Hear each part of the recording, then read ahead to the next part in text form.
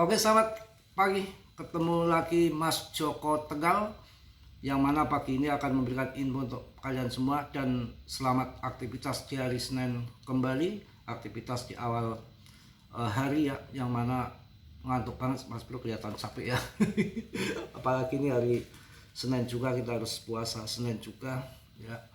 Mudah-mudahan PP akan tumbuh besar. Saya akan sampaikan untuk kalian, sangat penting untuk PP ini.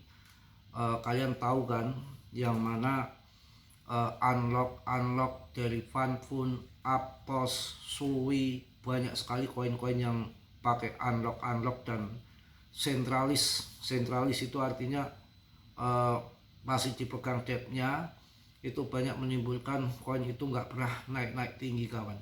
Sedangkan kita para investor, para holder itu kan kalau sudah beli di atas ataupun beli koin itu kan kalau belum cuan, belum di TP toh. Kok kenapa harganya hancur banget padahal kita belum TP? Yang pertama adalah debtnya makan jualan. Yang kedua adalah yang TP nggak telat, TP duluan, dan kemudian diambil cuan sama yang pemain-pemain trader hanya sebatas main scalping atau swing saja. Hati-hati.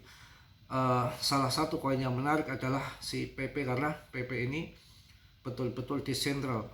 Mudah-mudahan mengikuti PTC ke depannya, bukan harganya ya, tapi margin keuntungannya mudah-mudahan ke depan di situ, karena ini salah satu koin yang unik. Tidak ada pre-sale, pra penjualan, pembagian token, distribusi token sekian, kemudian dikunci sekian, permainan dep yang luar biasa, beda sendiri untuk koin PP ya. Memang beberapa hari ini Mas Bro agak pusing dikit. Doakan, saya lagi mencari pasangan hidup yang setelah kita buka di aplikasi OMI itu kan penduduk setempat jarak antara 1 kilo 2 kilo itu nongol semua, dan itu banyak sekali. Jangan sampai saya salah membeli musang berbulu domba, apa serigala berbulu domba gitu. Hati-hati, masa 3 kali mau sakit hati salah pilih itu kan bahaya ya, karena sudah 2 kali sakit hati, masa ketiga kali mau salah pilih lagi. Ya mudah-mudahan enggak lah, doakan saja. Sudah capek cari pasangan hidup ya, masa kita mau kayak kambing kawin bolak-balik kawin. Kalau kita udah berapa kawin bro, berapa kali, 3 kali, jawabnya gimana? Malu. Kawin tuh sekali, nikah masa kawin berkali-kali boleh? Nikah tuh sekali. Ditanya aja Mas Bro nikah berapa kali? Mas Bro baru sekali saya, yang kedua kan gagal. Nanti kalau nikah lagi emang nggak capek, nggak pusing? Itu saya bukan orang cabul ataupun mengumbar nafsu, bukan kawan, hanya untuk pendamping hidup saja. Karena saya tuh di sini sebatang kara sendirian, makanya baru saja saya dari Pekalongan kemarin ini udah dibela malam, pada video call keluarga, pada video call suruh ke sana pulang ke sana. Di situ kalau sakit, kalau ini gimana, itu suruh pulang ke sana. Tapi kan di sini ada anak yang nggak semudah itu dibawa ke sana, kehidupannya udah di sini. Sana juga udah rame, Alfamart, Indomaret semua udah jejer di depan rumah, udah kota juga depan tuh, nggak pelosok-pelosok amat sih. Oke kawan, kita bahas PP. Mudah-mudahan saya dapat jodoh yang benar, dan saya nggak mau sakit hati, dan saya nggak mau menyakit hati. Saya yang paling sakit hati nanti kalau ada acara yang memang nggak bisa, kita nggak ketemu sama mantan ya, yang di Jakarta umpamanya anak satu nyangan atau nikah umpamanya ya, pas mantan istri saya bergandengan dengan orang berkacamata umpamanya ya, berdasi, kemudian prok gandengan tangan. Mas Bro kayak apa ya toh? Nah kalau dia gandengan, saya gandengan kan deal toh. Jadi saya nggak cemburu sama dia, nggak merasa nyakiti dia juga nggak nyakiti saya, sama-sama draw gitu lah. Kalau pas ada di acara pernikahan, istri saya sudah gandengan rangkulan gini, gayanya kayak artis ya, sama laki lain, saya ya gini doang. Itu aja sih yang saya takutkan sebetulnya. Itu yang saya takutkan. Pasti saya dicipir sih. Begitu datang di acara resmi ya, pas acara itu ya nggak bisa, mungkin nggak bisa di kita nggak bisa hadir, saya dan mantan. Kemarin kan ada acara lebaran halal bihalal itu kan, dia datang untungnya masih sendiri, malah saya godain, saya masih sendiri, jadi enjoy aja kita terus. Nah kalau saya udah berdua ya dia tersakiti, kalau dia sudah berdua ya saya mungkin ya bisa pingsan juga. Pinginnya dia bawa gandengan, saya bawa gandengan gitu, jadi sama-sama imbang, nggak sampai kita parah namun sakit hatinya gitu kan.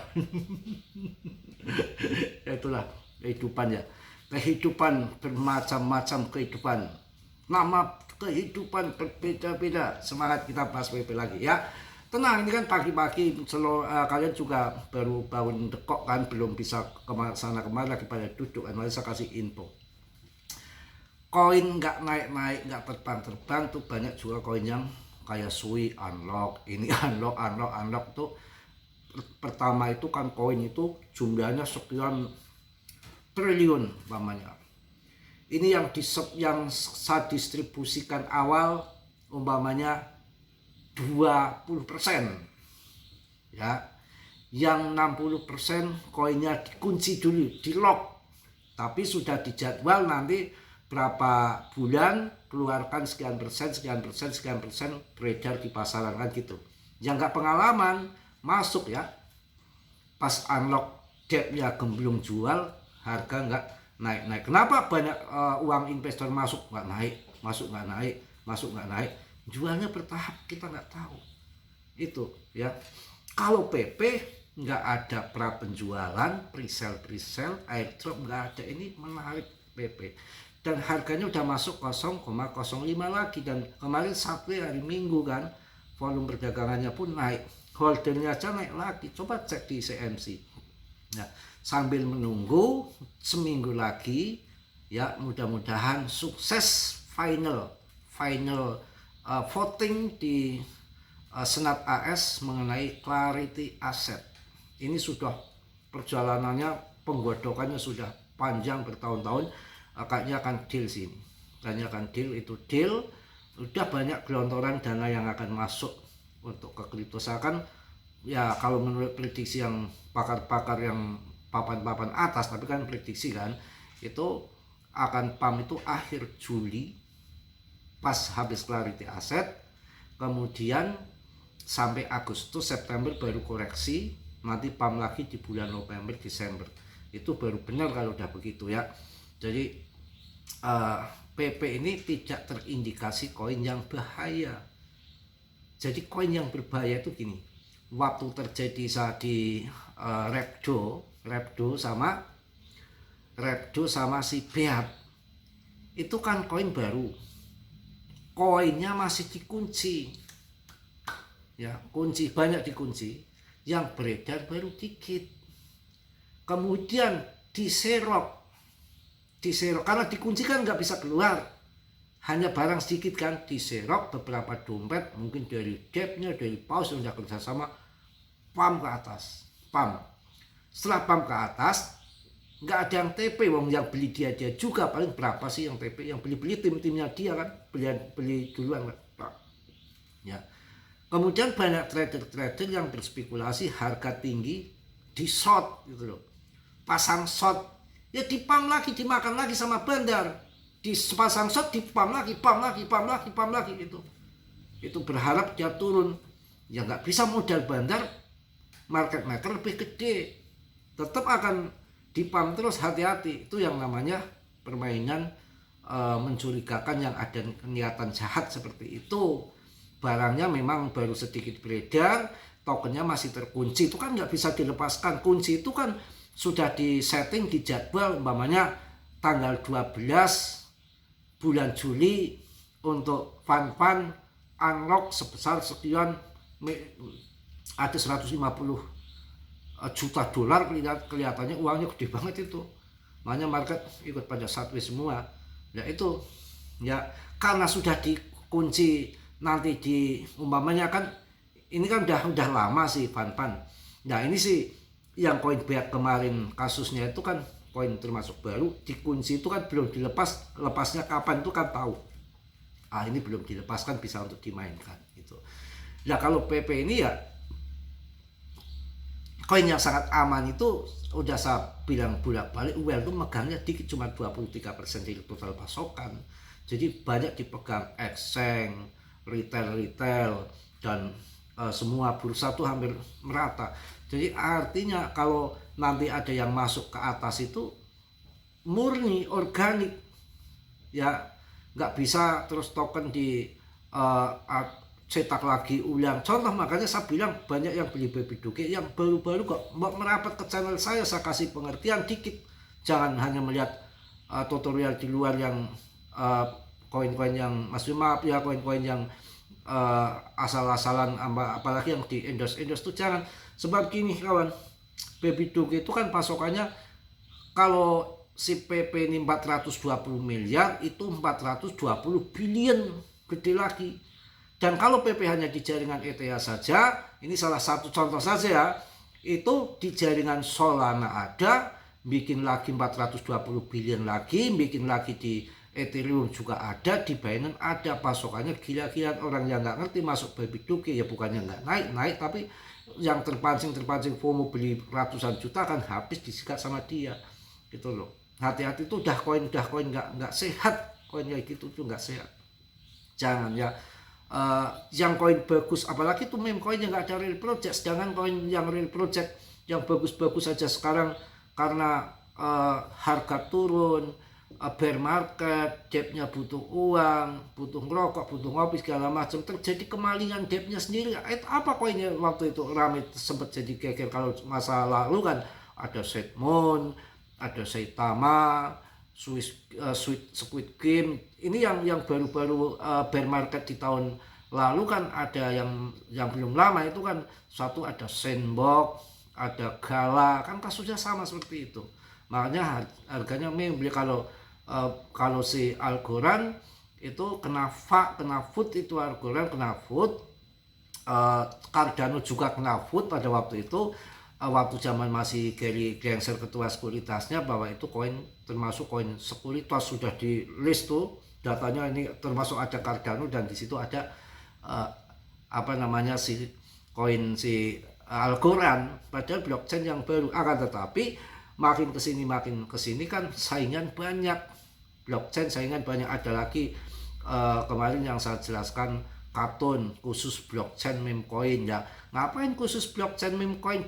Meme coin kan bisa di listing Binance, di listing di ETH, di listing di ARB, Septimiknet itu di listing di Cardano, bisa di listing di ARB juga bisa, macam-macam. Ya kemarin belum lama di listing lagi di Robinhood Chain, macam-macam. Jadi digiringnya narasi untuk meme coin akan listing di mana itu mereka yang menggerakkan yang ibaratnya angin tuh diarahkan ke Solana. Mereka kan kompak dep yang kayak gitu ya, yang terjadi gitu. Agak dingin nih malam ini, ada apa ini? Agak ada suara, kalian nggak dengar suara agak aneh-aneh di depan itu. Saya juga tadi pagi kan beli sarapan tuh masih gelap banget tuh, di makam tuh sempat merinding banget. Makam yang angker tuh merinding banget. Ya kadang-kadang di atas genteng itu ada suara ledakan juga, kadang-kadang ada macam-macam yang namanya Mas Bro, mungkin juga musuhnya banyak kali. Musuh dari orang-orang dalam ya banyak. Udah biarin aja lah, yang penting hidup mati semua ada di tangannya, bukan siapa-siapa, bukan manusia yang menentukan hidup dan mati. Dan ingat ya, syarat mati itu bukan harus tua, yang muda mati banyak ya, bukan harus tua. Oke, kita lanjut lagi. Untuk BTCD nya sudah kemarin sempat 59, tapi arahnya kan di 59 itu, di 59 itu sudah resisten yang cukup kuat dan berkali-kali nggak mampu ditembus. Paling ke 59 sekian, habis itu turun lagi ke 58 ya, mungkin akan sampai di bawah 50 nanti. Dan altcoin season index-nya kan kita sudah mencapai di PP sudah masuk ke ranking ini ya, sudah masuk di ranking 51 kembali dengan market, dengan pemegangnya sudah naik 1000 order lagi ya, 568.000. Ini nanti kayak Shiba dan Shiba dulu saya bahas juga pemegangnya masih 500-an sekian ini, masih 5,5 juta holder pada waktu itu. Harganya masih murah banget, 0,1, 0,2, 0,3 itu saya scalpingan di situ, dibanting 90% juga waktu bulan April terbang, Mei-nya dibanting juga. Harganya murah sekali, nggak taunya 0,3, 0,6, 0,7 terus sampai 1,3 rupiah terjadi. Udah FOMO euforia di situ. Ini mungkin nanti juga akan terjadi pada PP. Saya rasa akan terjadi. Ya, PP adalah salah satu meme koin terkemuka, didukung oleh likuiditas yang besar dan salah satu komunitas terkuat di cryptocurrency, yang mana sepanjang sejarah juga di BNB semua gagal, di Solana gagal, hanya ada di jaringan ETH yang memang ETH itu sebetulnya ada pam-paman gengsi-gengsian 404 yang memang untuk pemain-pemain PAM di situ ada. Jadi dia juga nggak mau gengsi meme coin kalah dengan di jaringan lain. Itu ada gagah-gagahan kayak gitu tuh ada. Jadi ada geng-gengan. Jadi tunggu saja, apalagi kan sudah ajukan untuk sebagai di ETF kan. Saya rasa kalau di upload nanti setelah Clarity Aset disahkan, wah PP akan tumbuh luar biasa. Mudah-mudahan disahkan, di upload nanti setelah Clarity Aset, dan ketika sudah ada pemangkasan suku bunga, ada dopis dari si Kevin, masalah Fed, ya itu akan membuat narasi-narasi itu kan digiring untuk supaya jadi bull. Bukan perang Selat Hormuz yang bikin market kacau, itu kan sudah dinarasikan para mereka paling kalau retail TP panik cabut tuh berapa sehingga akan berpengaruh dengan market cap BTC yang sudah gede ya. Mereka yang memainkan adalah si megalodon paus-paus itu. Dan ketika bilang ada krisis, ada inflasi, ada segala macam, itu kan uang mereka itu kan banyak dalam dolar USDT, semua diamankan karena belum ada musuh, ibaratnya belum ada musuh. Nanti kalau sudah si A masuk, si B masuk, si C masuk, ya kalau nggak masuk duitnya mau apa? Mau diem saja, nggak cari cuan. Retail masuk, institusi masuk, semua masuk. Itu tradisi secara yang dibikin oleh kesepakatan bersama sebenarnya di situ. Dengan newsnya apa? Ketika halving BTC, penambangan BTC dipotong setengah, coba nggak ada euforia, nggak ada masuk, BTC terbang nggak, melempem kawan. Ketika ada BTC halving, itu kan penambangan hadiahnya dipotong separuh, kemudian kita nggak ada investor masuk, nggak ada narasi atau digiring ke situ. BTC halving, hajatan BTC, eksternal masuk, internal tambah muatan, FOMO, euforia, uang masuk, terjadilah bull dalam dalam BTC. Makanya kemarin habis halving BTC pun tanpa ETF BTC terbang sebetulnya. Tapi kemarin double garden ditambah BTC halving tahun 2024 ditambah lagi dengan ETF duel, itu kebaca di situ kok. Lah setelah ini ke BTC sudah 2,1 miliar, kemudian dipotong dikit sudah sampai ada 50% penurunannya. Nah ini nanti tunggu BTCD turun, artinya aliran dana kesepakatan di BTC nanti para paus itu di harga berapa saat ke situ, kemudian nanti berlomba-lomba masuk ke altcoin, terjadilah altcoin season. BTC subway dulu, mereka yang di BTC mungkin akan di hold, ditahan, nggak mungkin dijual juga, modal tambahan untuk bertempur di altcoin, biasanya kan semacam itu. Jadi semua market terbang ataupun jam itu mereka yang kontrol, mereka yang bikin. Kalau masalah suku bunga ini itu hanya bumbu-bumbu saja untuk tambahan bahan bakar saja ya. Mbok dipangkas suku bunga 3 kali waktu masih Powell itu kemarin terakhir itu ada kenaikan ya. Kalau mereka dana nggak masuk ke market, nggak dibom untuk pump ya, no way nggak akan naik. Sekarang suku bunga dinaikkan, dipangkas, suku bunga dinaikkan, market nggak akan diam kalau mereka nggak cabut dari kripto. Kenapa dia ketika suku bunga dinaikkan kemudian market down, mereka tarik, ya likuiditas ditarik lagi, market itu disedot lagi, kering lagi. Caranya apa nariknya?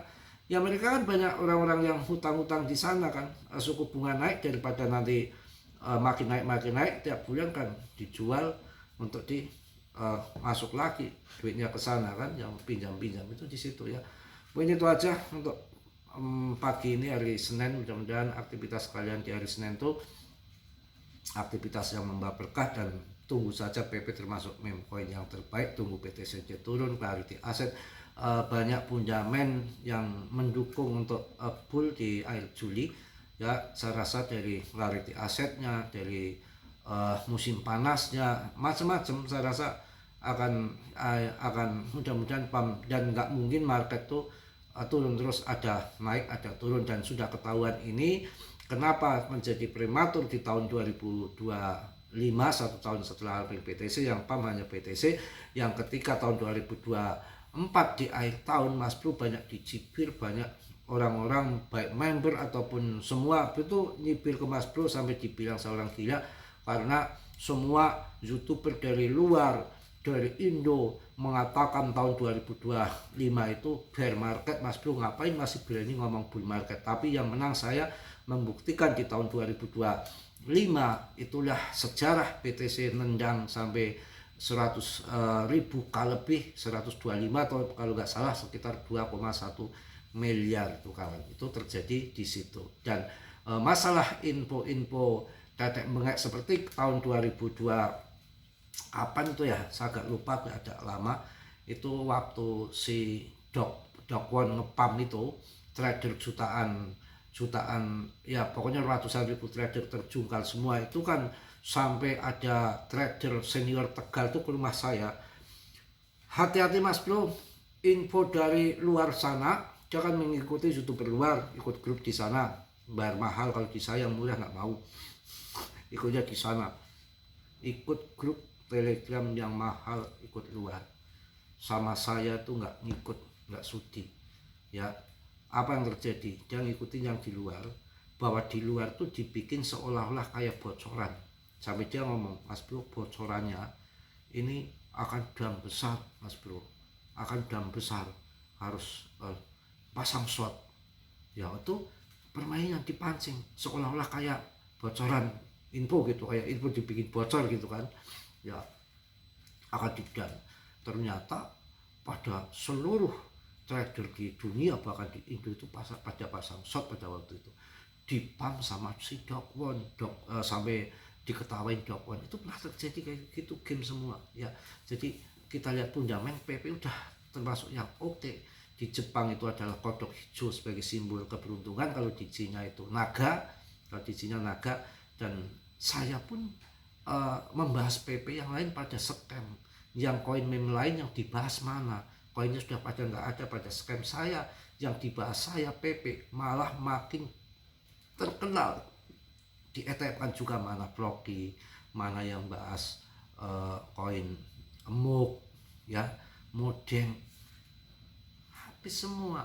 Artinya ini sambas PP juga terseleksi alam, PP koin terseleksi alam. Saya sebagai tutorialnya juga udah seleksi alam, yang terima manfaatnya cuan besar di PP asal sabar dan dipelangsa, mengatakan akan 1-2 rupiah sampai 3 tahun, mungkin tahun 2029. Tapi jangan sampai ya bukan berarti tahun ini nggak naik, tetap akan naik turun ya. Mungkin itu tetap gior dalam dunia kripto berisiko tinggi, cuan membeli mendadak, semua tanggung jawab masing-masing. Mas Bro hanya memberikan info sebatas yang saya tahu, lebihnya kalian tanggung jawab sendiri ya.